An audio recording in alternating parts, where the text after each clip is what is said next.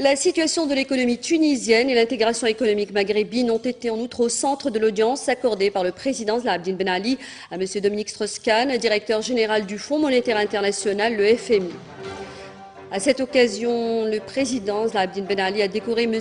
Dominique Strauss-Kahn des insignes de grand officier de l'ordre de la République en considération pour ses qualités intellectuelles et ses contributions au renforcement du développement économique à l'échelle mondiale et notamment celle appelant à une meilleure intégration dans le bassin méditerranéen, à la prise en compte des aspirations des peuples, à la stabilité, la paix et la prospérité. La rencontre s'était déroulée en présence du ministre d'État conseiller spécial auprès du président de la République, porte-parole officiel de la présidence de la République. Bien, je suis ici à Tunis ce matin après avoir été à Tripoli hier.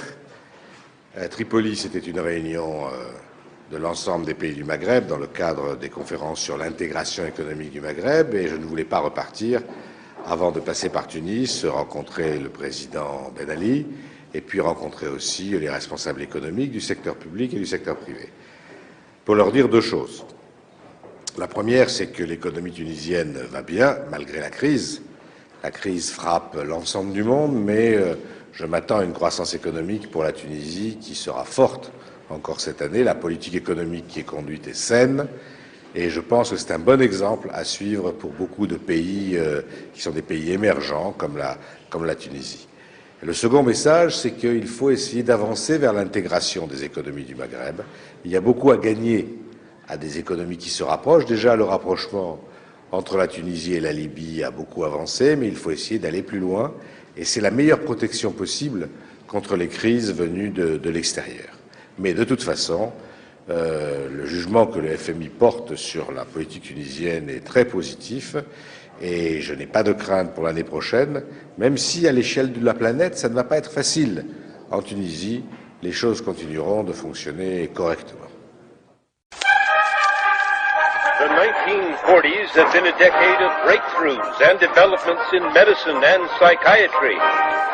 Scientists have developed a new technology to cure mentally ill adults. With the use of electroshocks, the minds of sick patients are being wiped clean, giving them a fresh start. On this blank slate, physicians then imprint a new, healthy personality. Remaking people, shocking them into obedience. This is a story about that powerful idea. In the 1950s, it caught the attention of the CIA. The agency funded a series of experiments. Out of them was produced a secret handbook on how to break down prisoners. The key was using shock to reduce adults to a childlike state.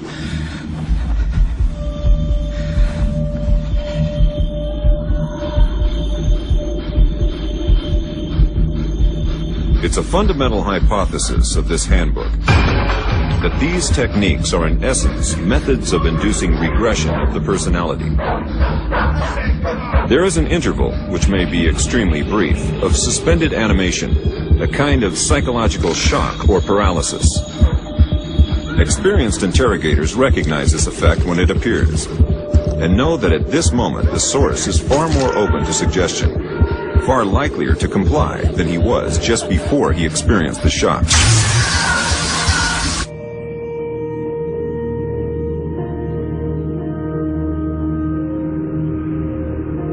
But these techniques don't only work on individuals.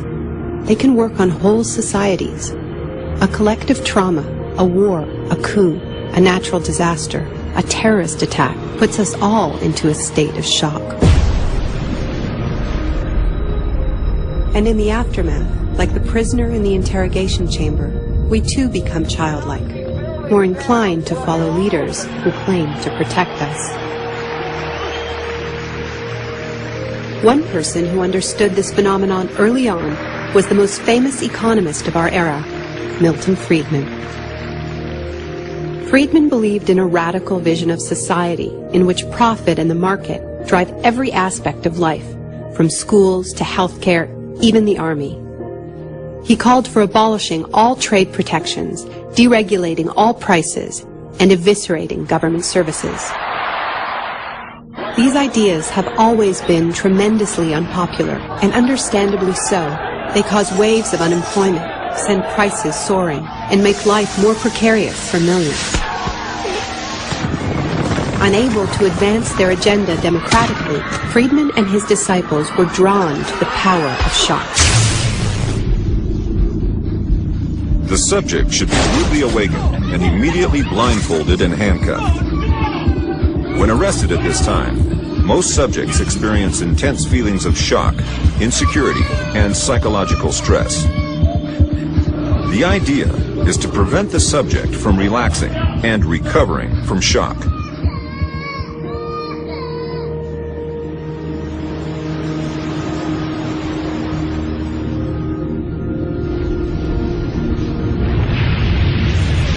Friedman understood that just as prisoners are softened up for interrogation by the shock of their capture, massive disasters could serve to soften us up for his radical free market crusade. He advised politicians that immediately after a crisis, they should push through all the painful policies at once before people could regain their footing. He called this method economic shock treatment. I call it the shock doctrine. Take a second look at the iconic events of our era, and behind many, you will find its logic at work. This is the secret history of the free market. It wasn't born in freedom and democracy. It was born in shock.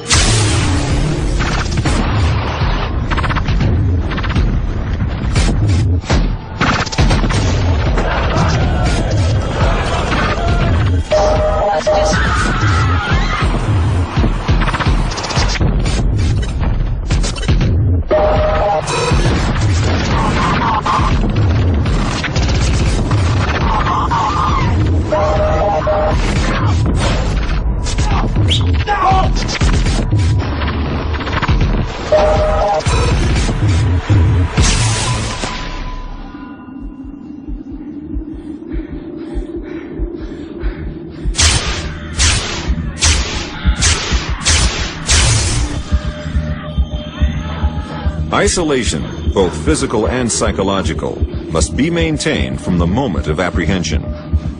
The capacity for resistance is diminished by disorientation. Prisoners should maintain silence at all times. They should never be allowed to speak to each other. There's one other thing I've learned from my study of states of shock. Shock wears off. It is by definition a temporary state. And the best way to stay oriented, to resist shock, is to know what is happening to you and why.